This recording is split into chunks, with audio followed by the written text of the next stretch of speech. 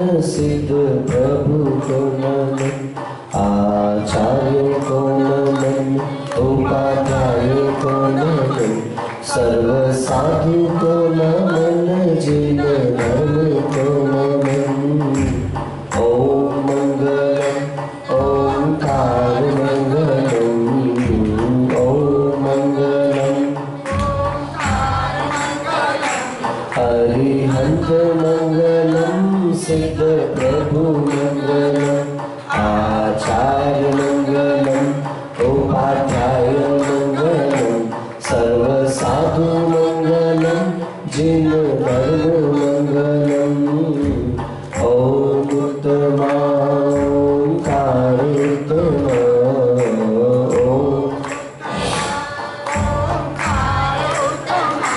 हरिहंत उत्तमा, सिद्ध प्रभु उत्तमा, आचार्य उत्तमा, उपाध्याय उत्तमा, सर्व साधु उत्तमा, जिन धर्म उत्तमा।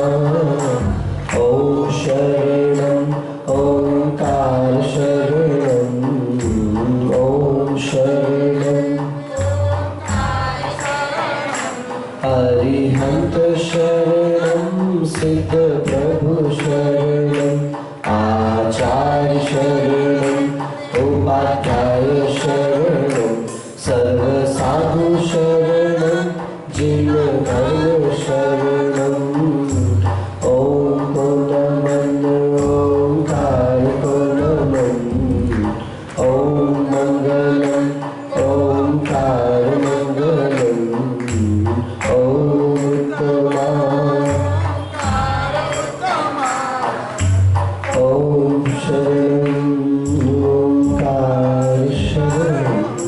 पंचपरमेश्वर भगवान की, मूलनायक श्री ऋषभनाथ भगवान की, अधिष्ठात्री देवपुरी के पार्श्वनाथ भगवान की, गुरुवर आचार्य श्री समंत भद्र महाराज की, चारित्र चक्रवर्ती प्रथम आचार्य गुरु शांति सागर जी महाराज की, परम पूज्य समाधि सम्राट अभीक्ष्ण ज्ञानोपयोगी वात्सल्य मूर्ति गुरुवर श्री अभिनंदन सागर जी महाराज की, राष्ट्र गौरव आचार्य श्री रयण सागर जी महाराज की, गुरुवर सप्तम पट्टाचार्य श्री अनेकांत सागर जी महाराज की, गुरुवर श्री 108 निजानंद सागर जी महाराज की, अहिंसा परमो धर्म आचार्य स्वास्थ्य प्रभु सागर जी गुरुदेव की।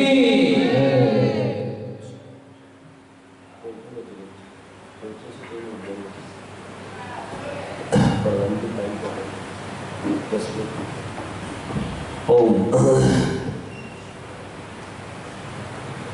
दर्शनम ज्ञान चारित्रात् साधिमानमुपाश्नुते, दर्शनम कर्णधारम तनु मोक्ष मार्गे प्रचक्षते। श्रावकाचार्य ग्रंथ का 31वां श्लोक है हमारे सामने, और बहुत महत्वपूर्ण इसलिए है कि मैंने जब पूज्य आचार्य श्री विद्यासागर जी महाराज के साथ सुना था इस ग्रंथ को, तब आचार्य श्री शब्द को 50 बार उपयोग करते थे।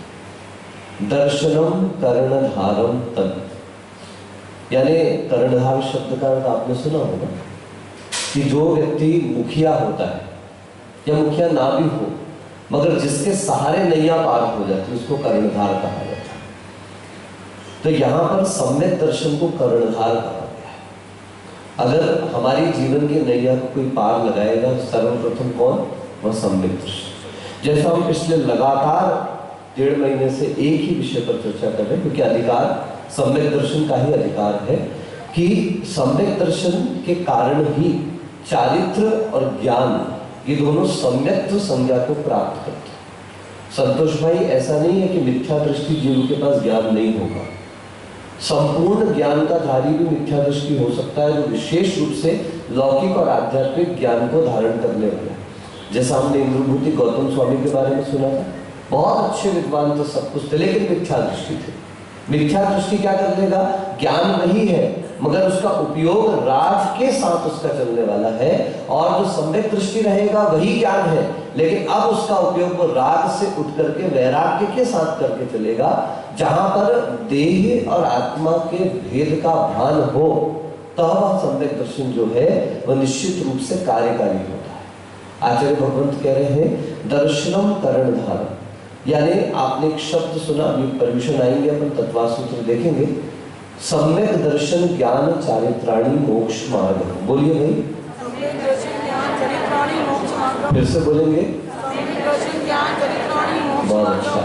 आपने कढ़ाई में हलवा डाल दिया, मतलब हलवा बनाना आपको, आपने आटा डाल दिया, घी डाल दिया और शक्कर डाल दी, ठीक है ना। तीनों के मिल जाने से किसका निर्माण हो गया? हलवे का निर्माण हो गया।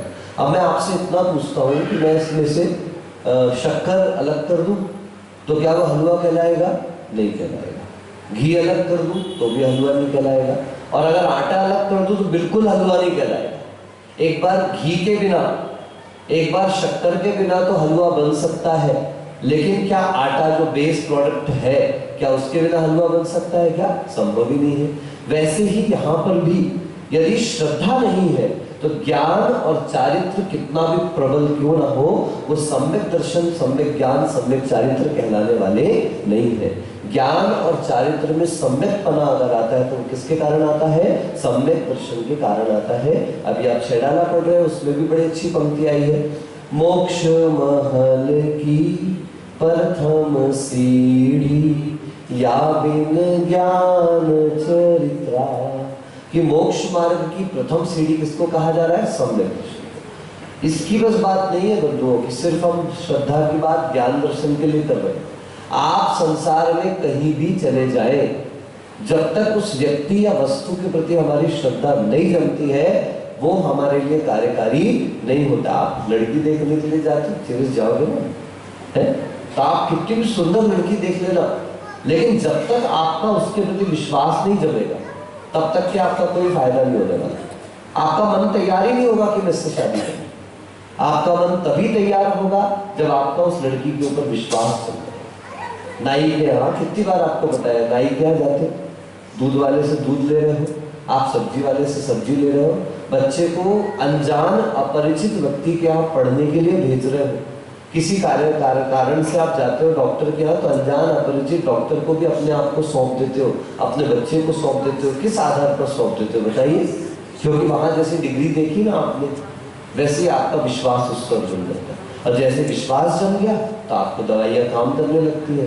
जिस व्यक्ति का विश्वास नहीं जमता उसको औषधि भी काम नहीं करती। इसलिए गुरु भगवंत कह रहे हैं कि मोक्ष मार्ग की उत्कृष्टता, यानी मोक्ष मार्ग में अगर कोई खेवटिया का काम कर रहा है इस संसार रूपी समुद्र से तरने के लिए, तो वो सम्यक दर्शन कर रहा है। उसके लिए हमें क्या पुरुषार्थ करना है? तो एक श्लोक और पढ़ देते हैं, विद्या वृत्तस्य संभूति स्थिति वृद्धि फलोदया न संत सति सम्यक्त्वे बीजा भावे तरोरिव। जैसे बीज के अभाव में वृक्ष की कल्पना नहीं की जा सकती। वृक्ष है तो वो किसके आधार पर है? बीज के आधार पर है। ऐसे ही हमारे ज्ञान चारित्र के लिए बीज का काम कौन करता है? सम्यक दर्शन किया करता है। और सम्यक दर्शन की स्थिति, ज्ञान की स्थिति, चारित्र की स्थिति, आज ये दीक्षा ली सब महाराज जी लोगों ने, मैंने ली, इन सब लोगों ने भी, कई प्रकार की विपरीत परिस्थितियां बनती हैं, परंतु आपको सच बात बताए, कभी भी दीक्षा के प्रति भाव खराब नहीं होता। आज तक कितनी भी तकलीफें आ गई, लेकिन अब दीक्षा क्यों ले ली, ऐसा भाव ये तो आ गया कई बार, आचार्य क्यों बन गए, ये भाव तो कई बार आ गया। ये लोग जो परेशान करते तो ऐसे ही होता है कभी, काय को तो आचार्य बन गए, महाराज अच्छे थे, अपना दूसरे के अंडर में रह के आराम से जी रहे थे। अभी दूसरे को अपने साथ लेके चलना बहुत कठिन काम है सर, क्योंकि हर व्यक्ति का सोचता मैं, और मेरे गुरुदेव ने बताया था कि जब तक शिष्य अपना मैं खत्म नहीं करता, जब तक शिष्य अपना अहंकार खत्म नहीं करता है और गुरु में अपने आप को समाहित नहीं कर देता, वो शिष्य बन ही नहीं पाता।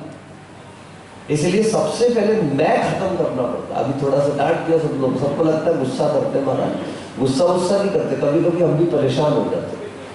सब ज्ञानी बड़े प्यार से आ गया। अभी सुबह से एक अंकल आए, भैया आए, अंकल तो क्या, महाराज जी सारी क्लासें बंद कर दो आप। मैंने कहा आप कितने दिन में आए मेरे दर्शन करने के लिए? तो बोले महाराज मैं तो आज ही आया। मैंने कहा पहले जरा बाहर जाओ और पता करो कितने दिन से कोई भी क्लास नहीं लगी करती। तो बोले महाराज जी क्षमा करना, मैंने तो देखा नहीं, पूछा। वो आदमी कमरे से बाहर जा नहीं पाया और उतने में दूसरे भैया आ गए। कैसा है महाराज जी आपका स्वास्थ्य करके? तो मैंने कोई जवाब नहीं दिया। तो बोलते महाराज जी आप तो बिल्कुल क्लास बंद कर दोगी सारी। मैंने कहा आप कितने दिन क्लास में आए ये बताओ मुझे पहले। बोले एक भी दिन क्लास में नहीं आया। फिर मैं तुम्हारा तो अधिकार ही नहीं है क्लास बंद करने का कहने का। मैंने कहा एक तो स्वयं आए ही नहीं, ऊपर से आप मुझे ये भी सजेशन दे रहे हो कि क्लास बंद कर दो महाराज। तो मैंने कहा भैया दुनिया में कभी पिछले साल रामकथा हुई थी तो वहाँ एक हिंदू संत आए थे, तो उन्होंने एक बड़ी अच्छा अश्विन एक सूत्र दिया था कि बोले महाराज आज पूरे भारत में अगर सबसे ज्यादा अगर कोई प्रचलन में है तो दो शास्त्र, एक तर्क शास्त्र और एक सुझाव शास्त्र। बोलो कौन कौन से? आप कुछ कहो तो आदमी काटने तैयार बैठा, नहीं ऐसा नहीं ऐसा होगा, नहीं ऐसा नहीं ऐसा होगा। और एक दूसरा कौन सा शास्त्र? सुझाव शास्त्र। मतलब दुनिया में हर किसी के पास एक सुझाव तो अवश्य है। एक आएगा बोलेगा खांसी हो रही है महाराज जी आप तुलसी का काढ़ा ले लो। दूसरा आया बोले महाराज जी वो सौंठ वाला दूध ले लो आप। तीसरा आया बोले महाराज जी आप सौंठ हल्दी वाला दूध ले लो आप करके। मैंने कहा अच्छा अच्छा और बताइए। ऐसे कर करके जितने आएंगे सब मेरे सामने आके डॉक्टर बन जाते हैं क्या? और उनको ये नहीं पता 17 साल से हम डॉक्टरीज कर रहे हैं यहाँ पर बैठ कर। तो कहने का तात्पर्य यह है कि श्रावक को भी अपना विवेक रखना चाहिए। साधु बना है, मैं साधु बना हूं तो विवेकहीन नहीं हूं, मैं खुद विवेकवान हूं।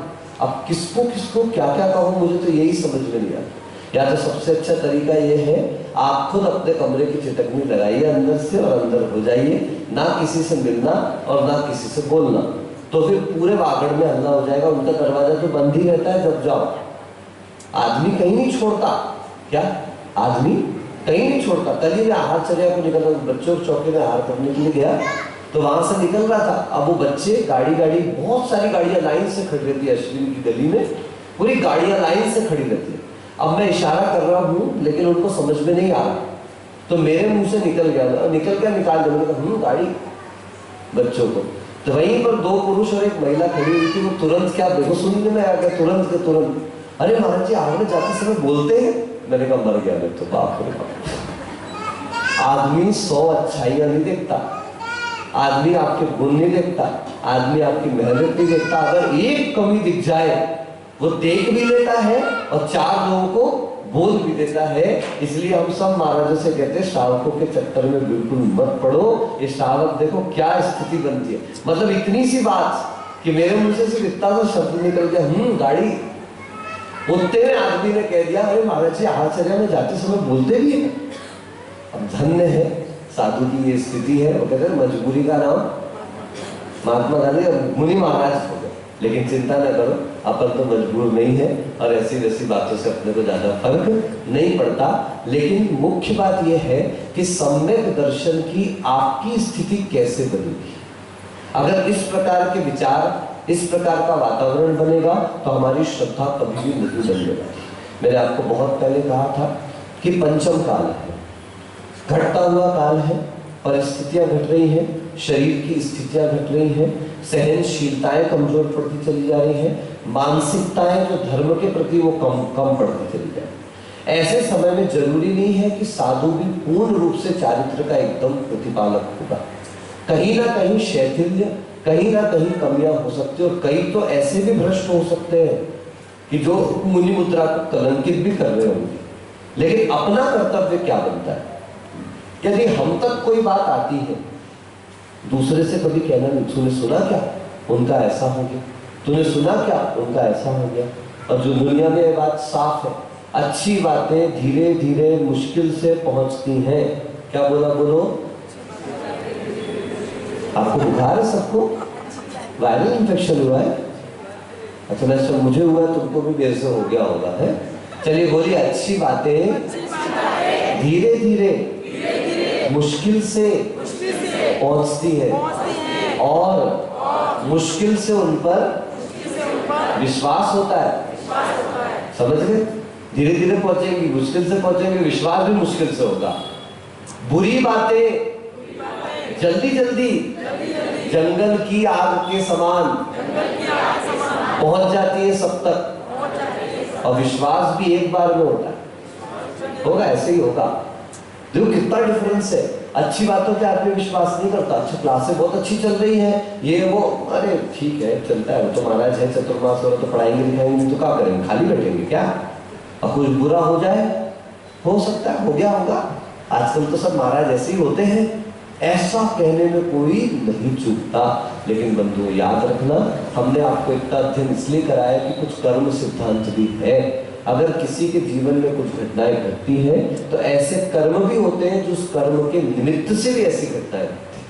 इसलिए आप अपनी श्रद्धा को प्रगाढ़ रखिए, अपनी श्रद्धा को बलवान रखिए, दिगंबरों के प्रति, दिगंबर मुनियों के प्रति, साधु संतों के प्रति और धर्मात्माओं के प्रति सदैव अपनी श्रद्धा को बना के रखें। और हम लोगों से, साधुओं से, व्रतियों से भी ऐसा आग्रह कि वे भी अपनी क्रियाएं इस तरीके की रखें कि गृहस्थों को किसी भी प्रकार का संदेह अपने ऊपर उत्पन्न ना हो और वे अपनी किसी नकारात्मक बात से अपनी श्रद्धा को ना खो दें। इस प्रकार से हमें हमेशा हमेशा पुरुषार्थ करना चाहिए कि ज्ञान और चारित्र की उत्पत्ति, उत्पन्न होने के बाद उसकी स्थिरता हो जाए तो उसकी वृद्धि, और वृद्धि हो जाए तो उसके फल की प्राप्ति, ये सम्यक दर्शन की वृद्धि के साथ हुआ करती है। इसलिए सारे जीवन एक ही पुरुषार्थ करना कि सम्यक दर्शन आ जाए, आ गया है तो रह जाए, और रह रहा है तो वृद्धि को प्राप्त हो जाए। पूछो कैसे होगा, पूछो भैया कैसे होगा बताओ। 9 बजे प्रवचन में आने से होगा भैया, है? अब आज सोचो प्रवचन का टाइम खत्म हो गया, मेरी एंडिंग चल रही है, तब आ रहे हो आप लोग, कैसे चलेगा काम बताओ। चलिए साहब बता देते हैं आपको, लिख बोलिएगा, चैत्य गुरु प्रवचन पूजादि लक्षणाः सम्यक्त्व क्रिया। सबसे पहला शब्द है चैत्य, यानी जिनेंद्र भगवान की प्रतिमा की आराधना। प्रतिमा इसलिए कह रहा हूं क्योंकि वर्तमान में जिनेंद्र भगवान उपलब्ध नहीं है, इसलिए जिनेंद्र भगवान की प्रतिमा की अभिषेक, पूजन आदि क्रियाएं, ठीक है, ये चैत्य पूजा हो गई। गुरु अपने दिगंबर श्रवणों की वैयावृत्त, जिसको हम कह सकते हैं, वैयावृत्ति में पूजा भी आता है, वैयावृत्ति में आहारदान भी आता है, वैयावृत्ति में हाथ पैर दबाना भी आता है, वैयावृत्ति में अनुकूलता प्रदान करना भी आता है। क्या आता है बोलिए राजेंद्र भाई?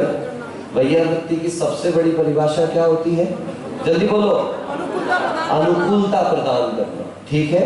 जैसे मैं लेटा हुआ हूँ, बुखार है, एक सज्जन आए सुबह से, जैसे मेरे ऊपर हाथ धरा, ठंडा ठंडा हाथ धर दिया उन्होंने, ठीक है। अब आप खुद सोचिए क्या आपने वैयावृत्ति करी कि बिगाड़ दिया, जल्दी बोलो। पहली बात। दूसरी बात, हाथ रखते ही ऊपर से ये भी बोल रहे हो कितना गर्म शरीर है महाराज जी का। हम तो मानसिकता उतार रहे हैं कि बुखार उतर रहा है, बुखार उतर रहा है, और आप क्या कह रहे हो? अरे बात समझ में, देखो किसी को नीचा नहीं दिखा रहा, पर बता रहा हूं कि आप सोच रहे हो कि आप वैयावृत्त कर रहे हो, मगर आप इसका क्या करते जा रहे हो, उल्टा। आपको तो उल्टा है कि अरे नहीं महाराज जी, आप तो बस कल देखो, आप तो दौड़ोगे महाराज जी, आप स्वस्थ हो जाओगे। आप जितना पॉजिटिव खुद सोचोगे और जितनी पॉजिटिव थिंकिंग स्प्रेड करोगे, उतना मेरा और आपका सभी का फायदा होने वाला है। लेकिन वैयावृत्ति शब्द का अर्थ आज समझ लेना, अनुकूलता प्रदान करना। बोलो जल्दी से, क्या? फिर से बोलो, अनुकूलता प्रदान करना। हाँ, ये पैर दबाने बस से वैयावृत्ति नहीं है, हाथ दबाने भर से वैयावृत्ति नहीं है, क्या गला दबा देने से वैयावृत्ति नहीं है। बोले जो दुख रहा है वो दबा दो, क्या जो दुख रहा है वो यशोद भाई दबा दो। गला दुख रहा है भाई मेरा बहुत ज्यादा, तो सुनो, लोग ठीक ठाक करने आते हैं और ठोक ठाक कर। अब कल हमारा वीरेंद्र आया, कल नहीं परसों, इनने 2 मिनट मेरे हाथ दबाए होंगे। मेरे तो ठीक है, जितनी वैयावृत्ति होनी थी हो गई। ये भाई साहब तो ऐसे भागे कमरे से, पसीने से झरझर झरझर झरने लगे। मैंने कहा इनको वैयावृत्ति की आवश्यकता है, इनको ले जाओ।